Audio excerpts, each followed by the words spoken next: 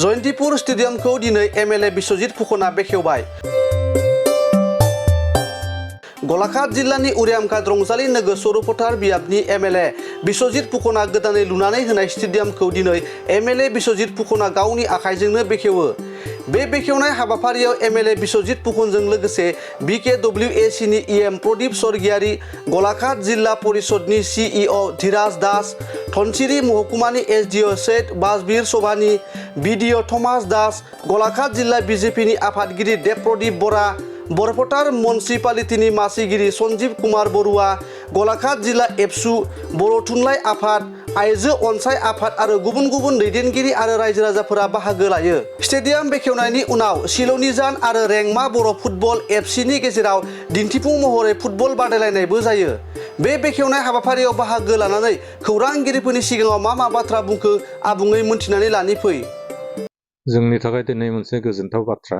गलाघाट जिल्लानि उरियामघाट रेंमा ओनसोलनि जे जयन्तिपुर गेलेग्रा फोथार दङ, बे गेलेग्रा फोथारखौ जोंनि बे ओनसोलनि बर' दैदेनगिरि आरो जोंनि खावलायनाय बायदियैनो सरुफोथार बियाबनि मानगोनां एमएलए बिश्वजित फुकन बिथाङा बेखौ मोनसे स्टेडियाम बानायनाय जादों आरो दिनै बिनि गेलारि लुफुंनाय बेखौ दिनै गावनि आखाइजों बिथाङा बेखावो आरो बेखौ जों बेखावहोनो खाबु होनो हानानै जों गावखौनो गोजोननाय मोन्दों।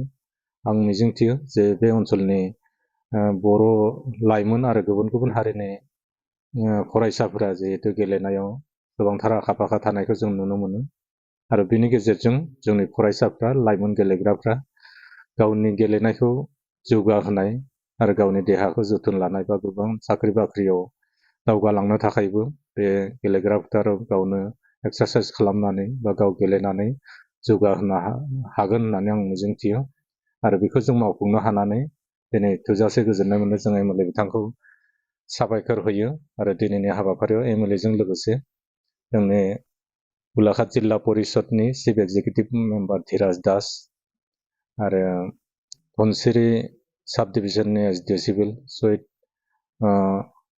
बाजबीर सबानी, BDO आरो गुबुन गुबुन गोजौ थाखोनि अफिसार बिथांमोना दंमोन। जोंनि गोबांथार दैदेनगिरि बिथांमोना दंमोन।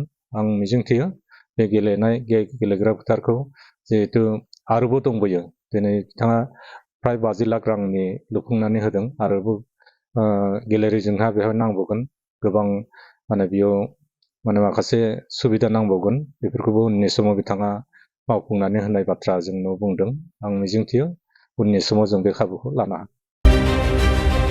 मोनसे गोजोनथाव खौरां।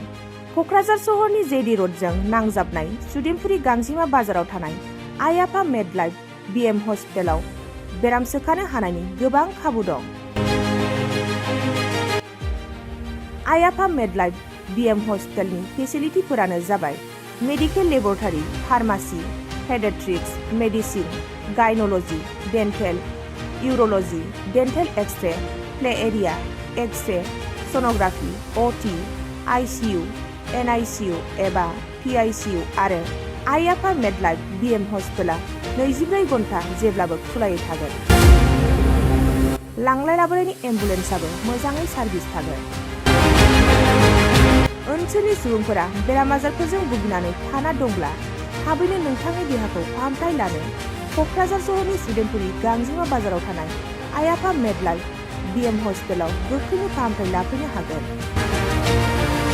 आबुङै मिथिनो थाखाय 9101655430 एबा 8822688026 जानबुं नम्बराव खौरां लाहरनो हागोन।